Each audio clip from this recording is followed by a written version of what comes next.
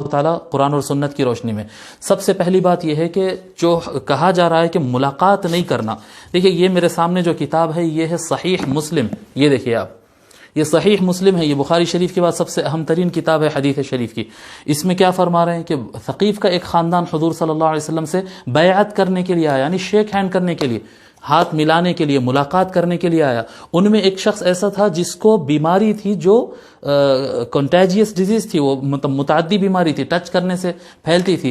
حضور صلی اللہ علیہ وآلہ وسلم اس شخص سے ملاقات ہی نہیں کی۔ دیکھیے یہاں پر کان فی وفد ثقیف رجل مجذوم فارسل الیہ النبی صلی اللہ علیہ وآلہ وسلم انا قد بایعناک فرجع۔ حضور صلی اللہ علیہ وسلم فرمائے ہم ملاقات کیے بغیر ہی وہیں سے فرما دیے ہم نے آپ کی بیعت کو قبول کر لی ہے، آپ کو بیعت کر لی ہے، لہذا آپ پلٹ جائیے۔ میرے محترم بزرگوں اور دوستو، ایسے وقت میں ملاقات نہیں کرنا سنت ہے، اور ہاتھ ملانا کیا ہے؟ جب سلام کرتے ہیں ہاتھ ملانا، مصافحہ، شیک ہینڈ کرنا، یہ سنت ہے۔ شیک ہینڈ کرنا سنت ہے، اور ایسے مواقع پر شیک ہینڈ نہیں کرنا سنت ہے۔ یہ بات آپ ذہن میں رکھ لیجئے۔ اور ایک بات اس کے اندر میں آپ کو بتا دوں، پوائنٹ نمبر 2، کوئی بھی آدمی بیمار ہو سکتا ہے، کوئی بھی آدمی بیمار ہو سکتا ہے۔ یہ بیماری ایسی ہے کہ اگر کسی کو لگ جائے تو اس کے سمٹمز اور اس کے نشانیاں تقریباً 8، 10، 15 دن کے بعد ظاہر ہوتے ہیں، تو کس کے اندر وائرس ہے نہیں معلوم ہوتا ہے۔ ایسے ٹائم پہ احتیاط کرنا لازم ہے۔ یہ دیکھیے مسلم شریف میں حضور صلی اللہ علیہ وسلم کیا فرماتے ہیں؟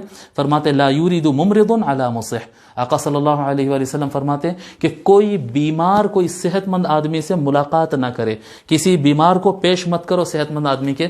یہ اس وقت کے لیے ہے یہ احکام جب کہ بیماری پھیلنے والی بیماری ہو۔ یہ حضور صلی اللہ علیہ وآلہ وسلم کے فرامین ہمارے سامنے ہیں۔ پوائنٹ نمبر 3 یہ ہے کہ گھر سے نہیں نکلنا۔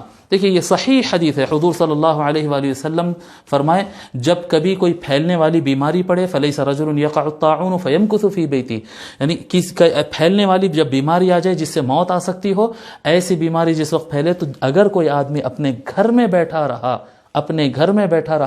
صبر کرتے ہوئے محتسباً، اور اس نیت سے کہ ثواب ملے گا، یہ نہیں کہ آپ مسجد کو جائیں گے اور کہیں اور جائیں گے تو آپ کو ثواب ملے گا، نہیں، ایسے ٹائم پہ کہیں نہیں جائیں گے، گھر میں بیٹھیں گے تو اللہ تعالیٰ زیادہ ثواب دے گا۔ جی یعلم انہ لا یصیب الا ما کتب اللہ لہ، اس کا مطلب یہ نہیں ہے کہ اس کا ایمان کمزور ہے، اس کو یقین ہے، حضور صلی اللہ علیہ وسلم فرما رہے ہیں اس کو یقین ہے کہ اس کو وہی ہوگا جو اللہ نے لکھا ہے، اس کے باوجود وہ گھر میں بیٹھتا ہے، احتیاط کرتا ہے۔ الا کان لہ مثل اجر شہید، اللہ تبارک و تعالیٰ اس کو شہید کا درجہ دے گا، محض گھر پہ بیٹھے، بھلے اس کو بیماری لگے نہ لگے، وہ احتیاط رہے، وہ گھر میں بیٹھا رہے، اس کو اللہ تبارک و تعالیٰ ایک شہید کا ثواب دیتا ہے۔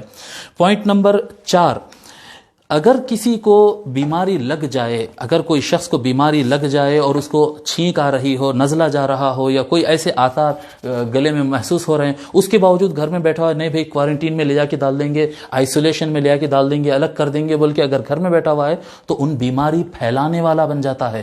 یہ بہت بڑا گناہ ہے۔ حضور صلی اللہ علیہ وسلم ہرگز اجازت نہیں دیے کہ آدمی بیمار ہو اور گھر میں بیٹھا رہے، نہیں۔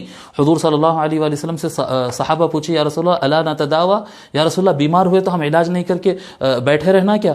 قال نعم یا عباد اللہ تداو، حضور صلی اللہ علیہ وسلم فرمائے ہاں بالکل، اے اللہ کے بندو فوراً علاج کیا کرو، فوراً دوا لیا کرو۔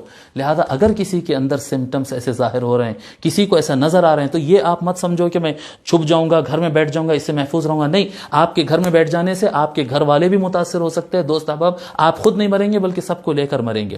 لہذا اس سے احتیاط کریں۔ یہ میں آپ کو ترمذی